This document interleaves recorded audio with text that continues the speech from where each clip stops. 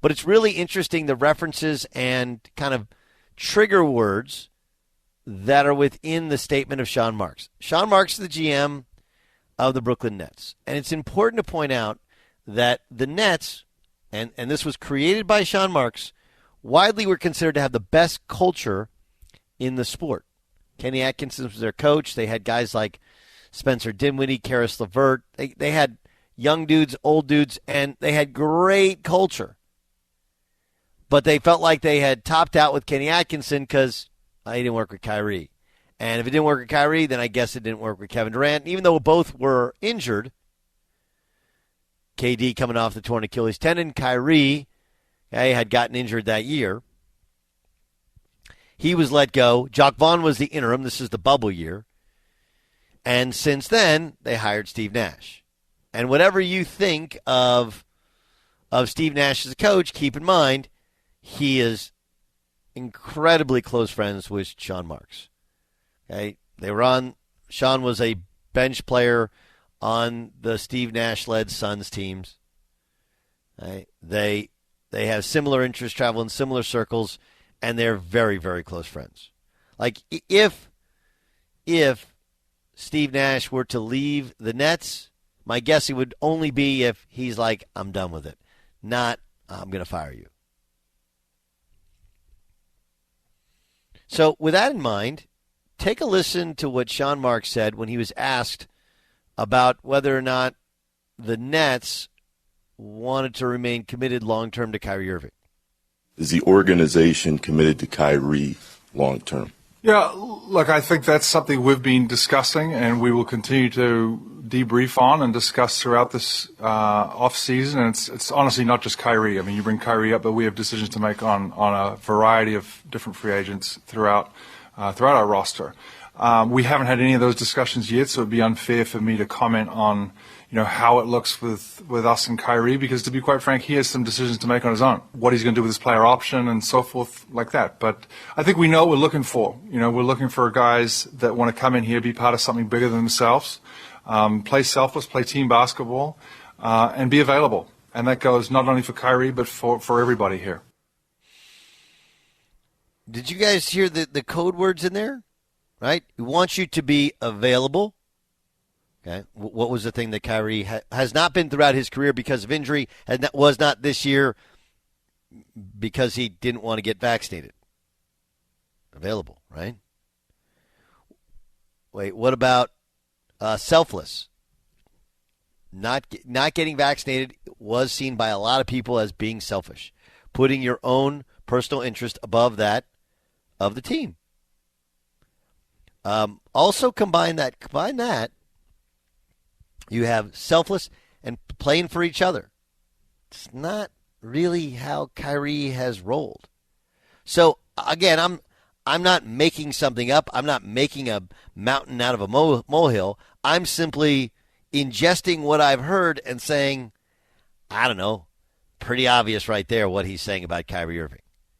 I think we know what we're looking for. We're looking for guys that want to come in here, be part of something bigger than themselves, play selfless, play team basketball, and be available. And that goes not only for Kyrie, but for everybody here. I'm not hearing things. I'm hearing what he's saying. And what he's saying is, we're good. Kyrie, we're good.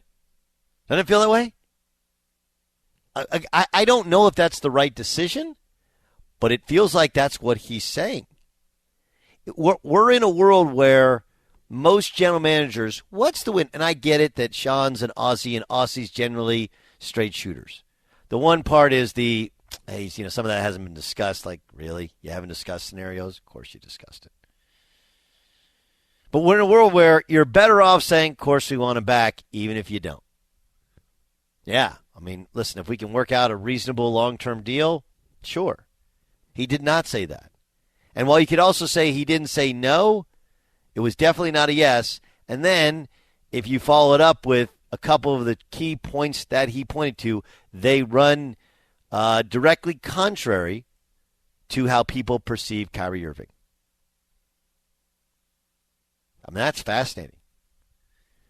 Right? If they let Kyrie walk, if they sign and trade Kyrie, and they hold on to Kevin Durant, who originally came there to play with Kyrie, that would be amazing. Dan Byer, do you think I'm hearing things, or did I hear what I thought I heard? No, I think you heard what you thought you heard, and I think what is maybe stands out the most is usually we feel NBA teams just bend over backwards to cater to their stars. And it's a bit of a different sort of message coming. I mean, we had Bill Plaschke on yesterday who did the piece with the Lakers, and Jeannie Buss pledging her loyalty to LeBron and saying she speaks with, LeBron on certain issues. And while she has the final decision, he's a part of it. But to hear, just using that as an example, now to hear this and to hear a front office not be, in full support or trying to build a narrative that would keep, Kyrie Irving in Brooklyn, I think is surprising. Jay Stu, what do you think? I love the soundbite, first of all. I think it's some of the most honest, most direct words we've heard about a player in a long time. And I think that this is, to me, reading between the lines, he's saying Kyrie Irving was a giant pain in the rear this past season. And the what is it? The risk outweighs the reward, whatever the cliche is here. And that's how I read it. I love it. That's a great soundbite. Oh, I don't think there's any doubt that he's a gigantic pain in the butt, but it's also a gigantic pain in the butt in regards to those specific points that he made. It's an indirect direct shot. That's what that is, right? It's one of those, like, look, let's not talk about anybody personally, but let me tell you a couple things which everybody knows. Everybody knows who he's talking about. Everyone knows who he's talking about. That is a wow. I thought that was a wow. When I heard it, my jaw wasn't dropped because that's how most people felt and thought. But it's generally the case, and Byer, I think this is kind of what you alluded to. You generally, not only they treat him with kid gloves, but you just always re-sign a guy to a bigger contract, and you're like, if it doesn't work out, we trade him or whatever. That doesn't feel like Sean Marks' plan. Yeah. It's not like it's a leverage play either, right? No.